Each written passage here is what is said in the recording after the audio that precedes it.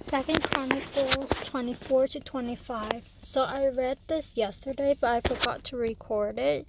And so what I remember is that Joash became king at 7, and he repaired the temple, but then after that he turned away. Jehoiada was the person who helped him become king, and rebel against his evil grandmother. But yet, after the death of Jehoiada, he didn't listen, and he abandoned the temple. They worship Asherah poles, and then Zechariah is the son of Jehoiada, and the Spirit of God came, and basically he rebuked Joash. And he said that because you have forsaken the Lord, he has forsaken you. And the king ordered to stone him, even though his father has helped him a lot. And so at the end, there are officials who conspiring against him because he murdered the son of Jehoiada. And Amaziah, his son, succeeded him as king. So these officials, even though they killed him, they let Amaziah become king, and eventually he took over, but he killed the people who killed his dad. And so Joash started out strong, but at the end of his life, he turned away. And similarly to Amaziah. So Amaziah, at first, he followed God, but not wholeheartedly. He at first, he did listen to counsels that are from God. Then after that, he bowed down. Like the Edomites, they had gods, and he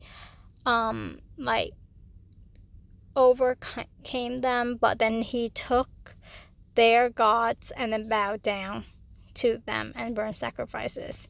And when God sent a prophet, it actually makes a lot of sense right here. Right here. Why do you consult this people's God, which could not save their own people from your hand?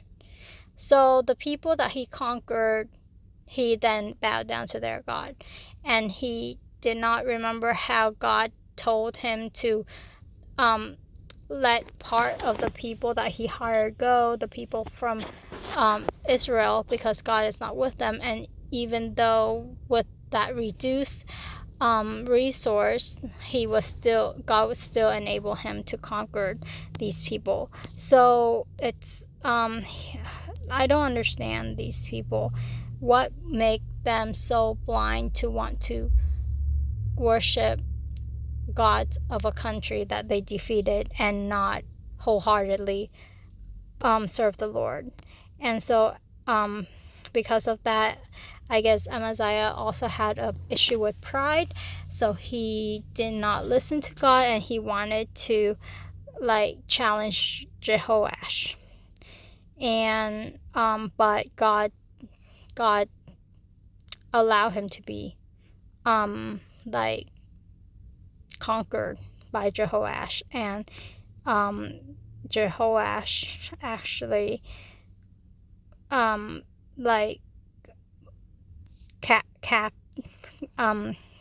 took him as captive, and then went into the temple and took a lot of gold and everything from the temple. So they did not have any regard for God's holy thing. So yeah. So there are and it's also there some people conspire against him in Jerusalem and then killed him. So a lot of power, struggle, and vengeance, it seems. But Jehoash and Amaziah both started strong and did not finish strong. And I don't want to be like that.